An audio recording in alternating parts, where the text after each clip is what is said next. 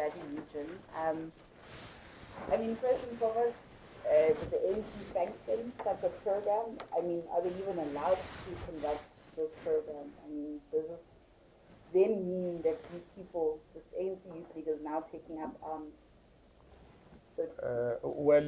Natasha, I can tell you now that there is no structure of the African National Congress that will ever undertake such a program that has got to do with military training. As a matter of fact, there are no institutions in this country except the South African National Defence Force who would provide military training. So the use of the word military training by a structure of the African National Congress in Fezile Dabi is a little bit suspect, mischievous, and very wrong. We have already communicated to the structure of the ANC Youth League in the Free State.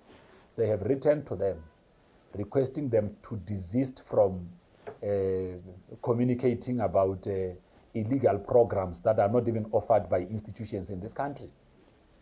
You know, I mean, you don't go out and create an impression that you are going to be given training when there are no institutions that provide such training.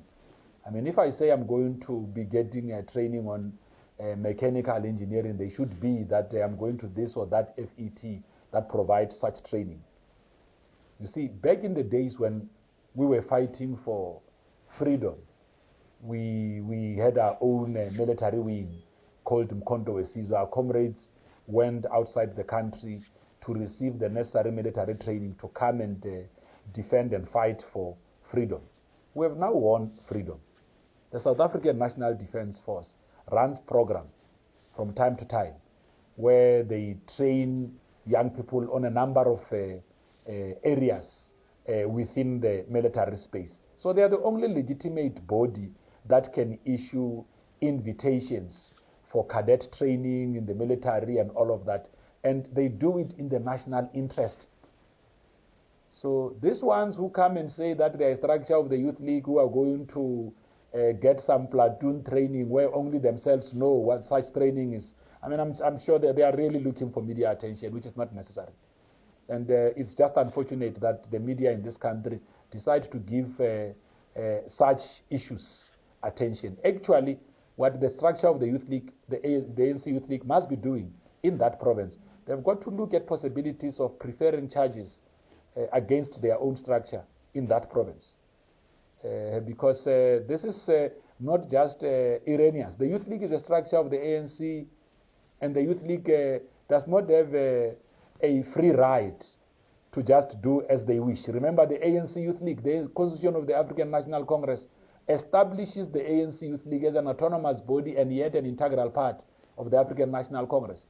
That's why even now, it is left to the ANC to lead the program of helping rebuild Youth League structures. Talking about a free ride, when speaking to one of the organizers earlier on, Utabo Baleni, he had said that, listen, the ANC Youth League had, in previous times, always organized their own programs. They need not the province's permission or permission from you to be housed. What say you? Well, I can tell you now, the Youth League has organized its programs for as long as those programs are legal and they are within what the ANC stand for. The Youth League is not going to organize a program that goes against the values of the African National Congress and the ANC keeps quiet. It is not going to happen. All these are structures of the African National Congress. They are established and located within the constitution of the ANC. I think it's time that the ANC start taking action against some of this erroneous conduct. Comrades have become so free to the point that they even want us to suspend the code of conduct of the African National Congress. We've got Rule 25, which sets out the conduct of members of the ANC. When people join the ANC voluntarily as they do, they know that they are joining an organization that has got a code of conduct.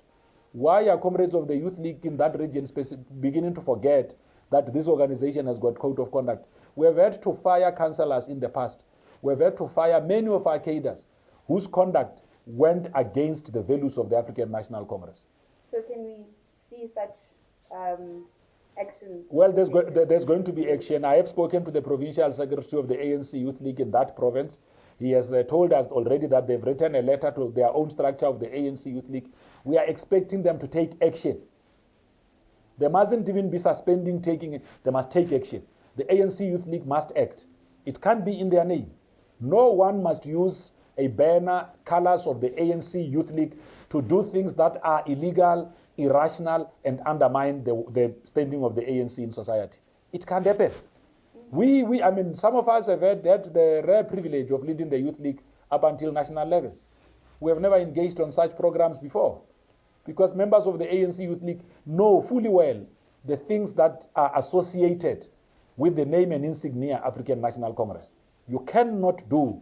I mean, we're expecting the Youth League to champion the cause, lead the conversation amongst the youth on how they are going to get jobs, on how those that leave universities are going to be accommodated, on various other internship programs and all of that. You see, the Youth League needs to lead progressive debates in society on championing the interest of the youth. Let us talk about why the Youth League was established. It was established to rally the youth behind the banner of the African National Congress and to champion their own interest. The interest of the youth is development, is to see their lives going forward. So the Youth League was not just formed in 1944 to fulfill personal fiefdoms.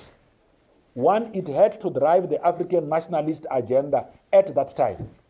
And the Youth League of 1944 introduced many other things.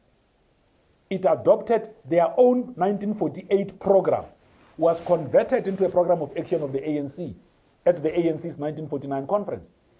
So the Youth League has led many other successful battles in the African National Congress, including successions, including introducing new policy paradigms and making sure that they increase the relevance of the African National Congress in society.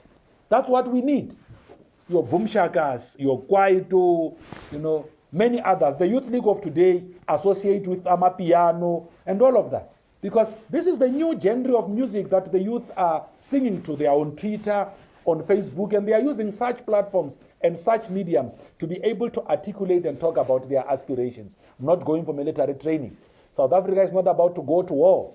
We need young people who are going to be on the streets fighting for the expropriation of land without compensation, making sure that our people have got houses where they live, making sure that people understand. Young people must be ambassadors of COVID-19. They must be the ones that are found in taxi ranks across the world in the country, telling people about social distancing, about the need to wear masks, about the need to exercise health protocols. Not these other things. The country is busy fighting a pandemic of unknown proportions. Yet we have got our youth on the one side doing things that go against that which we are supposed to be doing now.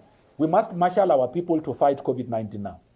Give young people hope. I mean, the president is today speaking to the economic recovery plan.